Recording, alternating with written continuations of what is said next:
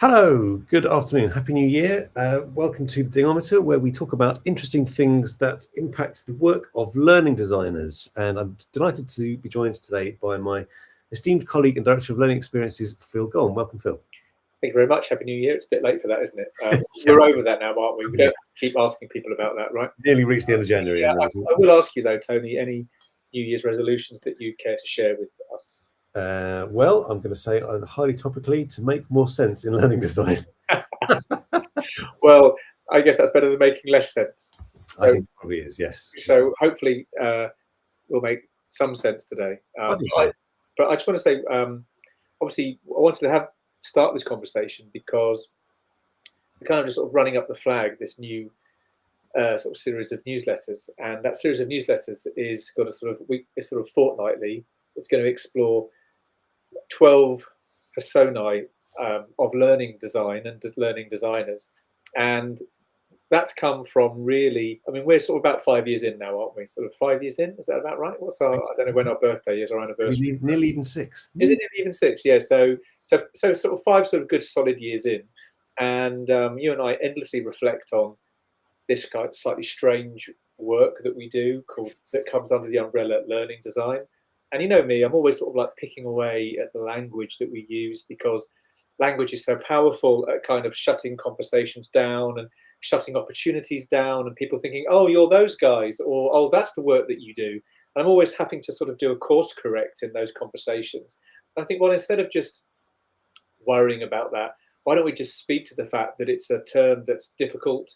And I think the way to do that positively is to perhaps talk about the fact that it is made up of different personas. So it's more like the role is more like a peacock's tail, if you like. And so there are certain things that you're always doing in the role, and things that you're sometimes doing simultaneously. Sometimes you wish you could do one of those things first, because that would make more logical sense. But sometimes you find yourself enacting that skill set sort of a bit downriver from where it is. So I thought, well, we talk about it a lot, and also because of our the company that we keep with our sort of PG Dip students and the people in the PG Cert, we're also having all these live conversations about what it feels like to do this work. So we've just come off a really interesting sort of 14 weeks last year with our students, where the whole sort of subtext was, what is this work that we're doing? What does learning design mean?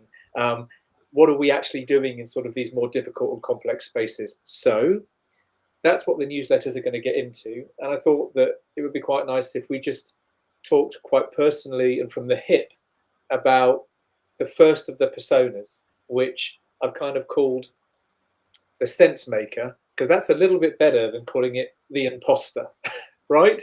So, but I'll start with you. And let's start with this term imposter, because it's sort of perhaps easier to get to grips with. 2 questions. First is, when have you felt like an imposter in your professional role as a learning designer? And 2, what are the benefits of feeling like an imposter in your professional role as a learning designer? They would be my 2 questions. Well, when have you felt it, and when is it useful? Yeah, good question. So first example that comes to mind is probably yesterday, actually. Only yesterday, in fact. I will caveat that and say I'm becoming more comfortable with the imposter syndrome, but just to give an example. So brought into a project, this is a program that's been running for many years, currently has quite a few thousand learners on it. So it's like a super tanker, and to do with data, not my speciality at all. I'm a musician. And I thought you were a learning designer. Hold on, do we need a 13th persona? 13th persona. Sorry. It's amazing how many musicians I've found in learning design. I think. Okay, anyway, that's another story. But yeah, I'd say broadly, the client comes to us and says, "Got a short deadline. We've got this problem. We have to reimagine this particular program for a different sector." And I'm not familiar with the first sector. I'm slightly more familiar with the second sector, but not hugely. And yet my role in that was to not blink and to say, yes, I can see what this needs to be. And over the course of 7 or 8 hours, we iteratively worked through that problem to say, okay, if this is where we're starting and this is where these learners are, this is what the problem is you're having, then what are the pragmatic steps that we can get to something that looks like some kind of useful solution? So at every point there, I was sort of looking at this thing going, I don't know what this thing is. I don't know who these learners are. I don't really understand the context in which they're working. And yet I have to make sense of this because I do have some skills here around being able to empathize with those learners who are sector adjacent. This content says one thing, the learners are in another thing. So there's a language, there's going to be a language gap. There's going to be an experience gap. Now, I don't fully know what those are. I just know that there is one. And so my job in that role is to figure out what I can do to close that gap. And so at that point, you go back to your toolkit, which is why we call our unit on the PG DIP the Learning Design Toolkit. What tools have I got that enable me to walk into this situation with confidence and do something useful? So yeah, that's a very recent example of having to just basically boss it. You walk in and go, yeah, I'm not sure what this is, but I'm pretty sure that if I stare at it long enough, draw on my current skills and experience, I'll be able to figure out what it needs to be. And the key thing is that you realize that the client often doesn't know more about what a solution looks like than you do. So you are being paid at that moment to have some ideas, to basically make it go away, make it work, I think. But do you just sort of, so in that sort of sense making sort of piece of work, I'm making an educated guess about that, which is that one of the things that you have to do in that space is to admit to your lack of sort of innate knowledge in order to ask the questions that help you understand the gap. So it's not like it's not a silent imposter. You're not like a muted person. You're drawing on your own, I suppose, your own dissonance about something, and you're saying, well, I'm going to ask a question now. You probably caveat it with, I'm sorry if this seems obvious to anybody else, but I've got to ask you, why is that important? So is that an educated guess? Because I'm projecting, because that's what I find myself doing in scoping meetings all the time. It's become a bit of a kind of a routine, which is, I'll be the idiot in the room. But often it's not even a shtick. It's not even a kind of like a routine. It's like you have to be slightly professionally, I don't know whether it's very confident or whether it's actually the confidence to be vulnerable, but you have to be able to say, you know what, I'm nodding, but any minute now I'm going to have to admit to the fact that I don't know what you're talking about anymore, and I'm going to ask a question. So the questions that come from your imposter syndrome, are you comfortable asking them, or do you sometimes sort of fib and go, yeah, and then when you walk away from those scoping meetings, you're like going, what you want to?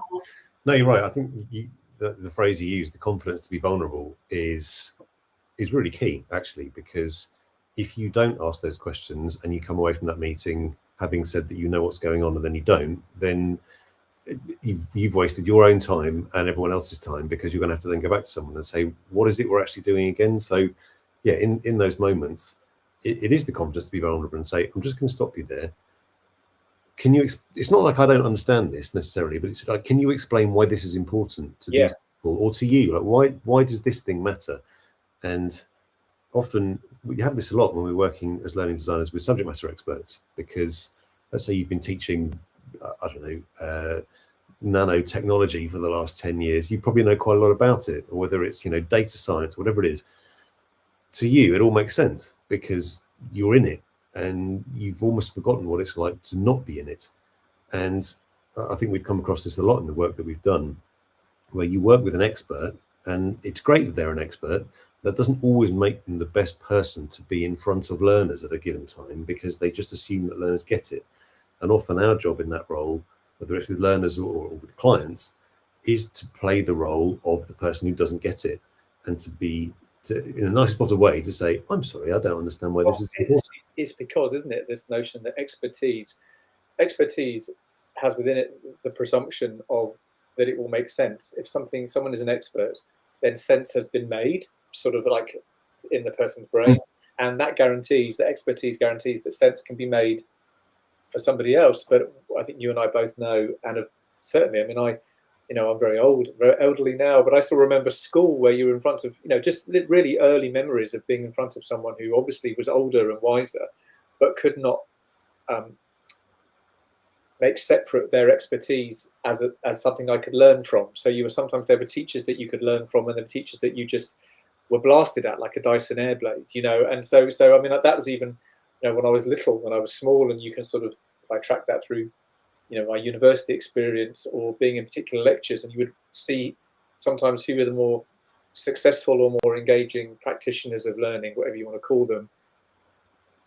It was often because they were they were doing that other piece of work. They were making sense of their expertise, not on behalf of themselves, but on behalf of the people who didn't know it. They didn't know it, and I think that's an interesting thing. Not everyone bothers to do that, do they? Not everyone bothers to do that. No, I think it's a really interesting way to describe it. I think it is a separate piece of work. I think, which is key to what education and learning is about. Because if you talk to an expert and they've got nothing to do with learning, and let's say they've been in their profession, let's say they're in marketing, they've been there for sort of 30 years, their job is to be good at it and be an expert. And they're not paid to not know, they're paid to know, and they're paid to do it. And they're very good at it. But then if you bring that person into a teaching scenario, the only thing that's going to make those learners be able to learn it is if that person can explain what it's like to not know it and remember what it's like to then have to make sense of it. So you're right, they've already made sense of it. But if they can't remember what it's like to not know it, they're not going to be able to teach it effectively. So in a sense, that that thing about being your own imposter, to sort of like be that ghost, where you're like, I know this, and it's like there's a version of yourself that doesn't know it and can walk into that imaginatively and give it away. And I think one of the areas where you see expertise locking things down in ways that are unhelpful is sort of the groupthink you have around sort of sector-specific language, for example. So I think one of the other ways that you can feel like when you are coming into a project, let's say you're at the very early part of a project. So a good example of this, to put this in the trenches, was when you and I was sort of like not long out from working in creative education, so not long out from talking every day about film and animation and whatever. And suddenly I think one of our sort of big bits of work, we're working with a edtech startup. And I remember that the edtech startup had this particular problem, and the particular problem seemed to situate around, data literacy. So this term data literacy is like, yeah. So when everyone was talking about data literacy in those first conversations, I was like, well, there must be an agreement. You must know what that means. I'm assuming that just means the ability to do data. And then all of the sense making that we did, those really, you don't always get this in the learning design project. I recognize it. We were lucky. We had this lovely, proper, paid for period of sense making where we sat with a group of people, all who were into data, who problematized what literacy meant. What does literacy mean? So instead of like going into AI and saying, right, write me a data literacy course, it was like, no, what do we mean? And it was amazing how quickly, I remember the SME we were working with used this phrase. For him, it was about getting out of your chair. So the literacy was the literacy of the workplace, of managing stakeholders, all that other stuff. I'm telling you, if he hadn't told me that, I would have thought that data literacy meant something technical to do with tools that I don't understand. And as soon as we talked like that, I thought, I'm not an imposter at all. I totally agree with you. I totally understand why that's important. Let's get on and make this course. That was a great example of where the language of literacy, data literacy, it was much more complicated to unpick that agreed vocabulary, right? Absolutely. Yeah. I maybe think of another example where we were asked again quite early on to walk into a complex construction type project, multi stakeholders, and I don't think we even really knew what the brief was at that point, but we were sort of plunged into this. This was just sort of coming out to post-COVID, so it was an online Zoom call with architects, council planners, artists, like art commissioners. It was right.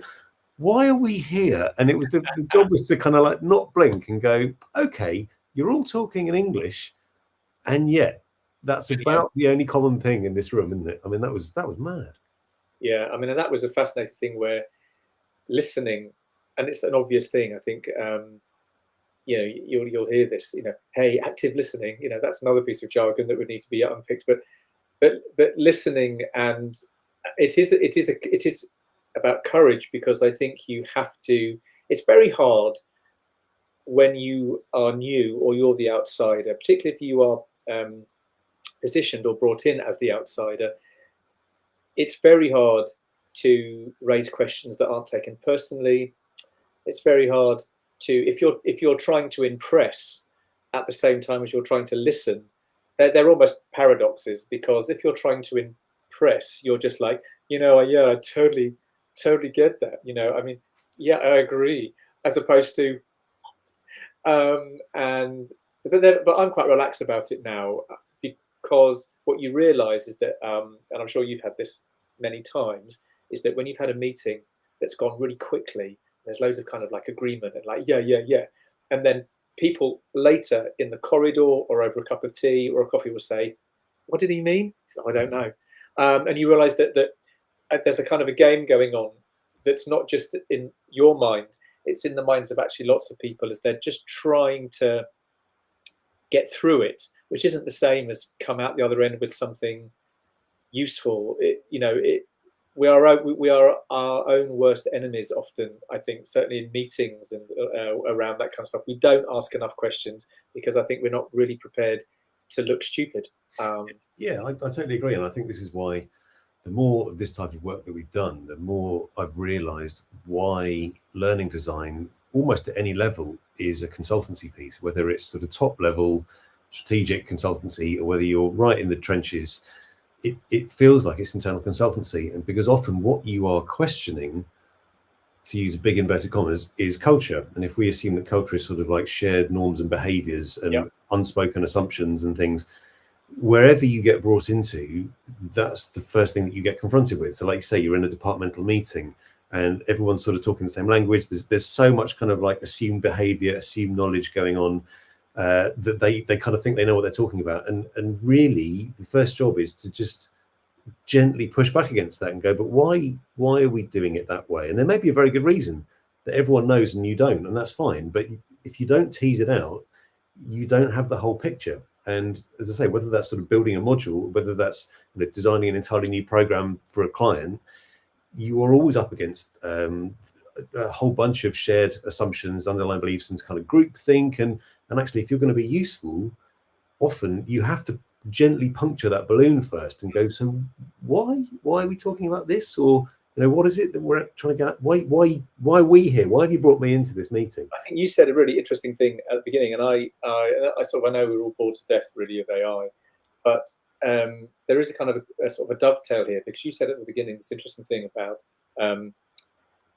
asking a particular question, which is like, why should anybody care about this? Like, and in terms of my ability to start to walk with more confidence into spaces where I'm an outsider, but my job is to make sense of something in order to come back with an idea that isn't guaranteed to burn up on entry with reality. That's the whole point, because fine, it's lovely having ideas, but it's great to be very imaginative within constraints. But I think secretly you and I are both hoping to sort of get it right earlier, so to give the time to the building. In that sense, you're just trying to sort of be incisive, not to show off. You're not trying to be to have ideas so your ego is projected into the room. My view about that is you're trying to have the ideas which solve the problem that was in the room, and then you can get on with it. But for me, practically, if you said to me, well, how do you sense make? What is it that the first thing that you do? From an AI point of view, I will literally ask the most stupid question. And people think I'm flippant when I say this, and I'm not being flippant. So let's imagine, and this happened many times over sort of recent months, where you end up with essentially a project brief, some scant barely realized project brief that comes through from somebody, and they've probably produced it in AI, probably, right? And it's kind of like just some buzzwords. And I literally have no skin in the game at this point. I literally cannot taste a single flavor from any of this. I just what is this tofu that you've given me, right? And then I'll literally do this. I will literally, I might sort of upload that terrible scant, two-dimensional thing to the tool, and I'll just say, why should I care about this? Why does anyone care about this? Why is it important? And that's not be like going, why should I care? It's like, no, I'm asking you an actual question. It's like, what is this for? What's the change effect? What is the human like after the event? What's the human like before the event? And I literally ask those questions. And what I'm finding more and more is that as soon as I can understand the change effect, as soon as I can understand that, I can put my shoulder to anything. It's like, oh, I see. And so I'm much more bold now in those sort of hardly built places, in those kind of hardly understood spaces. Because I think you have to ask that question. Why are we here? Why does any of this matter? Why does anyone want to spend any money on this thing? I don't know about you, but that just seems to me a perfectly reasonable question, which is like, why does this matter? That seems to be the first question a good learning designer should ask. Really. Yeah, I think you're right. You had a good phrase there.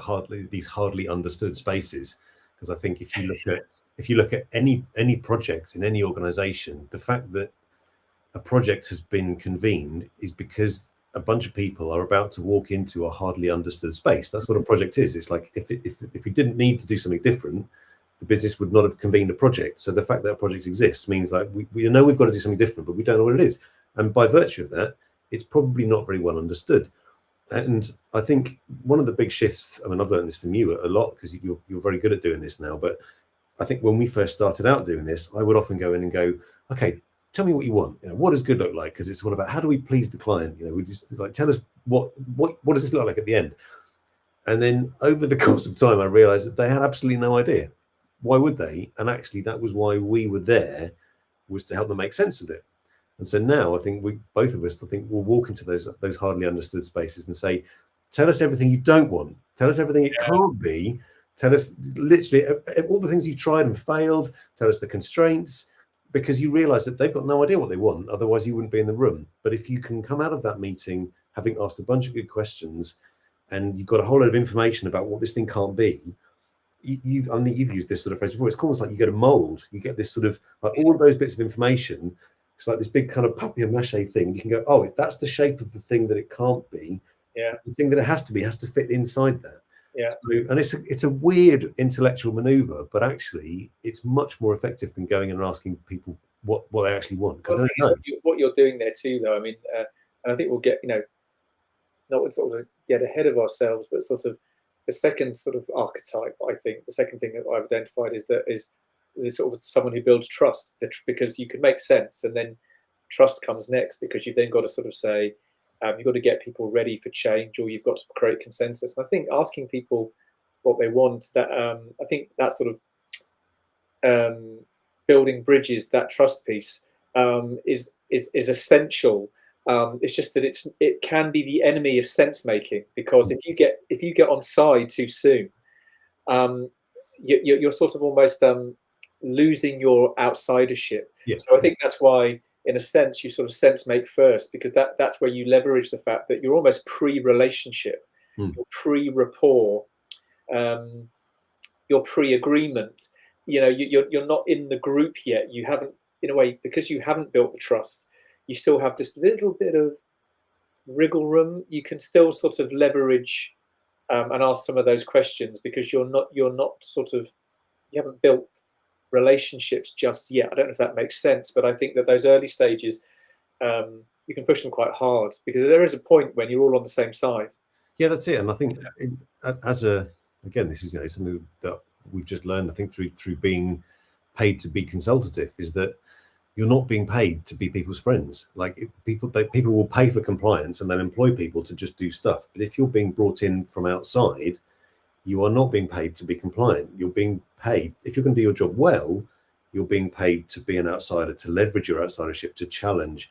I think you had a good example of this. You were working on a apprenticeship yourself recently around, it was a pilot for an apprenticeship around design and construction, wasn't it? And it wasn't working in its current format. So that the whole point of this, if it was going to be anything different, was to come in and leverage that outsidership and challenge it. So I mean, perhaps say a few words about, like, because that was a great example of you having to walk in and go, what is this? Well, full disclosure, there was a bunch of, that was a luxurious consultation in some respects, because there was a lot of very creative, there's a lot of eyes on that project, and in a way, as I was saying, we've had a number of projects where time and money and investment has been given up front to the bit before anything is built. And and of course I don't have a magic wand, but that should be how it always is, because it seems to me that if you give time, investment, and quality to the sense making part, I honestly believe, I think this is why the persona is first, not because that's what happens, but that's the dream. That if you get that bit right, you're not inheriting your own failures of sense making. You're not baking them in. I'm not suggesting they're not going to happen. I'm just suggesting that you're not going to bake them in. And so that apprenticeship project that you cited was a great example of the pilot. It was there was an Office of Students pilot, really, that there was an investment and an interest in really taking the time to shake something up or look at things in a particular way, and to make sense of something that wasn't working, and to make sense of why it wasn't working, to sort of then sense make around all the things it could be. And when I was on that project, and indeed I think that the data literacy project, and also when we worked for an HE provider, when we were sort of thinking about that new master's degree, and we were working with a subject matter expert, and we had this lead time in order to do it, what all of those projects have in common was a kind of, we were all outsiders. There was an outsidership, but there was also the time and the appetite for outsidership. I think that's the important thing that brought in, because we weren't coming from the same place. And instead of that being a resistance or a kind of like a tragedy of the consultant experience, it was a really productive example of what it means to be given the time to sense make, but also having the license to be outside, and that's valued and important. It wasn't a battle that we had to have. And I honestly think of those three projects, that the quality of the thinking and they're ultimately, certainly with the first two, because the third one with the apprenticeship was a pilot, so it's kind of in the ether, but the other two have been executed as these successful, solid, really resolved learning design sort of architecture. They're sort of interesting stuff, and I think that is because of what happened at the very, very beginning. Sort of like our first role was an important role, and we were given the time and the money to do it properly. It was great. Yeah, I think that's right, and I think what you were saying there made me think of I suppose it's the duration of a project. And if anyone's watching this, it's into project management, you're probably going, yeah, obviously, but there is that, you wouldn't want to stay in the sense making bit forever. No, and some people, like HE, is terrible at staying there forever. So, yeah, it's like, ooh, let's sense make forever. No, actually not change anything. No, that's exactly it. So sense making, but then once you've leveraged your outsidership, you've used the fact that you don't understand to help people externalize their requirements and their underlying beliefs and assumptions. Yeah. Then you can move into some kind of team consensus collaboration. It's like, okay, so now let's build this thing. Yeah. Because we have a shared understanding of what the thing is. Yeah. So yeah, it's the life cycle of the project, I suppose, isn't it? And I mean, I've never felt more stupid than when certainly when we were developing that masters. I never felt more stupid, because I would say that there was the language was new, the educational culture was new. The only thing I knew was that this newness had to be framed and understood by people who weren't going to take the time that we were taking to understand it. It was like it was a translation thing. We had to, the sense had to be made, so it could, so that long lead time of us kind of, you know, that could not happen in a validation space. That could not happen for anybody else. So all of that work with asking the questions that sort of got the sort of the various staff and SMEs to be able to have a run up, say it once, and we were like, no, I still don't understand. Oh, sorry, I still don't know why. Oh, and then and that was great, but I know it was the luxury in that sense. But I think the proof of the pudding will be in the eating ultimately, because I think it will come out as something that's very robust. And certainly my experience of when that course was validated was there were no surprises in the validation. Yeah. There were no ambushes. There was nothing that went wrong. The train didn't come off the rails, because it had absolutely been squared away in terms of that sense making thing right at the top. So I think that's where the evidence is. If you said to me about best practice when it comes to launching or commissioning a quality learning product, I think, and you've said this already, it's not rocket science, and people watching this or listening to it will be rolling their eyes. They're like, yeah, duh. But it's like, it's this front bit. It's this bit which actually doesn't really get. I think if you rush it because you're trying to perform your expertise, if you rush into fix, or you rush into agree, or you warm your hands at quick consensus, I think there's a risk that you're actually not doing that first bit particularly well. I think. Yeah, I agree, and I think there's a very, there's a deeply important bit around self-awareness, which I imagine, and again, I can't speak to consultancy from any huge experience other than in the work, you know, through the work that we've done, but it's certainly in what we do. You have to be mindful of your ego, because you can't just walk into that space and be like, hey, I don't know anything about your space, this is great. You know, it's like you have to be very sure of what you know, and also very confident in what you don't know. And it's a very meta skill. I think it's, you know, which not everyone has it, you know, and it's, you know, and it's not I'm saying I'm great at it either, but I think you have to have that ability to be quietly confident, but also very confident in not knowing. And not everyone's confident in not knowing. I think it's a weird thing to be. It's like, I don't know about this, and that's fine. That's fine. I mean, I think you said something about at the beginning of a project, you're not being paid to be people's friends, but I think you are being paid to be friendly. And by friendly, I think, because I think about empathy. We've always said that, you know, right at the very beginning, sort of like 5 years out of the stable, you know, we identified our 6 colours of learning design. We're always looking for quicker ways to talk about this bloody subject. You know what I mean? It's like, and now I've invented 12 personas, so that's not helpful. Anyway, so we've got 6 colours. But if you remember, the first colour was red for empathy, and you know and then we had to spend all this time saying we don't mean empathy as kind of like, oh, they're there, or empathy as kind of like, you know, I really totally understand where you're coming from, because people hate it. Was more empathy as this kind of pragmatic pit pony, this kind of like sort of big muscle, this big sort of unlovely muscle that if you use it well, it sort of speaks to that terrain you're describing, where you're both confident because you can read people, but that confidence doesn't tip over into kind of like Daddy's going to come in and fix this for you, or you know, or sort of like yeah, you know, moving on, you know. So, but I think empathy is right in there, as if you were sort of recruiting, you know, no one's never going to apply for a role as a sense maker. You're going to apply for a job as a learning designer,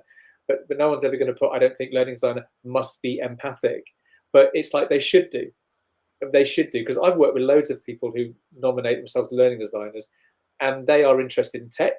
Yeah. They are interested in, they're like jewelers. They're interested in like threading things on a line, and they're interested in kind of the arrangement of stuff. That I've always thought, well, that's a building thing, that's there, that's useful, but like up here, if you're a sense maker, that the like that sort of thing, your interest has to be in people. Yes, yeah. It has to be. You have to be interested in that. In that. Otherwise, it's going to be difficult for you, Yeah. isn't it? And you're going to think, why are we wasting our time talking? As well, you're going to be like, you know, you're going to be looking at your watch. Build things. Exactly, you're going to be looking at your watch if you don't, if you're not empathic in that sense of being interested in why people work and think and want the things that they do in this shared space, so called, you know. Yeah, I agree. And this probably segues nicely into what will be the second installment in the persona, which is around trust, building trust. Because I think once you've had those conversations, particularly when you're a learning designer, you're often paired with a subject matter expert, and then to work with them effectively, you have to establish this relationship where you don't tread on their toes, you respect their expertise, but you also have to be very confident in distilling their expertise into a pedagogical framework that's actually going to work. And it's a dance. You have to dance around those people. So it does involve empathy. It does involve being able to read people. But and then only then can you build the thing effectively, the course or the module or whatever it is, because you can then distill that expertise from the subject matter expert into the thing that you've created, and then it's a partnership. But it's I think we'll probably go into that next time around. I mean, as you were talking, you made me think that these all sound pejorative or like negatives. But I was thinking about that paradox you picked up on, where you both have to be confident and not confident. You have to be confident, but also disappear. And I suppose it's like, to sense make successfully, you have to self-efface. It's a self-effacement piece, because you are both there, but you are also withdrawing. You're appearing to create a space in which the real people talk into.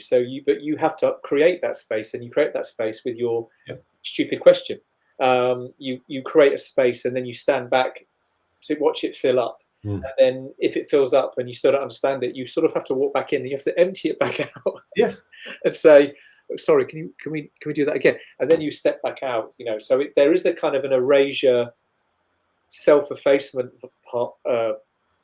element to it, which isn't to be mistaken for nodding, or it's actually very, very present. It's very present at the same time as you're producing a negative space of yourself to fill up. Does that make sense? It's like if you imagine, I don't know, I'm going to get a metaphor wrong, but it's like you're the wizard, and you're manifesting this space. You conjure up this space. I like wizard. I'll take wizard. It's like you're a wizard, and you kind of like a little bubble appears, and all these people walk into it, and they feel like they're very important, and you're there to make sure they're okay, and you ask some questions. But ultimately, you have to manifest that space for them to feel comfortable in, and you can only do that by asking good questions, but by also being super aware of not walking over them. You've got to convene the meeting, but you've also got to like step out of the meeting. And I think there's something around permissions, which we probably haven't got to, but just very quickly, I think in asking those stupid questions, you let people off the hook. You let them off the hook. You give them permission to be vulnerable, and they're like, oh, you don't get it. Oh, that's all right. I'll explain it for you. And you're like, brilliant. I think that maneuver as well that you've talked about there is a key maneuver. Because we haven't talked much about learners because we're not there yet, right? But I think the point about the sense maker is what you're doing with your stupid questions is you're advocating for the people who are not in the room. Even then, and I think this. I've thought about this a lot, whether or not learning designers are advocates, because they're not educators. They're not in the room. But that's what I mean. They are educators, of course, but they're not sort of in the room facilitating education, sort of like a teacher might or a tutor.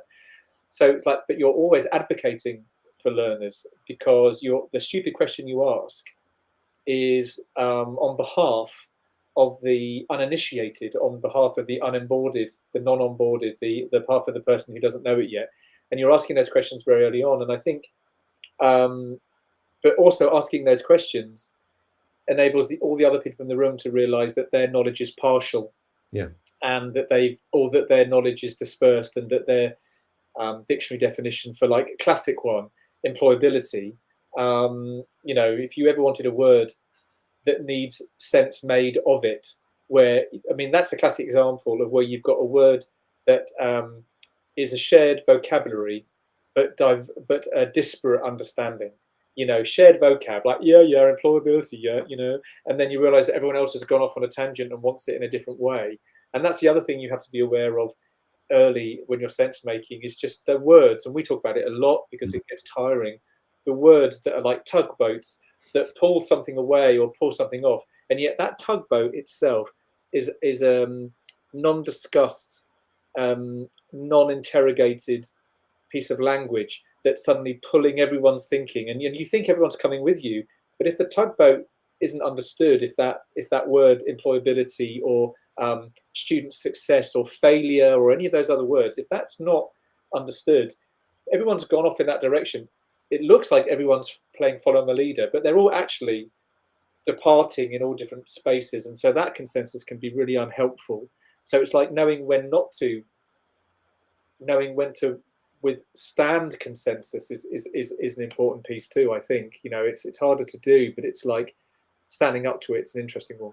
Yeah, I think in all the work we've done, so often things come back to language and assumptions, and just because you've said employability and I've said employability doesn't mean in any way that we're talking about the same thing. And often it's very easy to jump to a word. Like inclusivity is another one, and everyone thinks, "Oh yeah, I know what you mean," and you're like, "But do you?"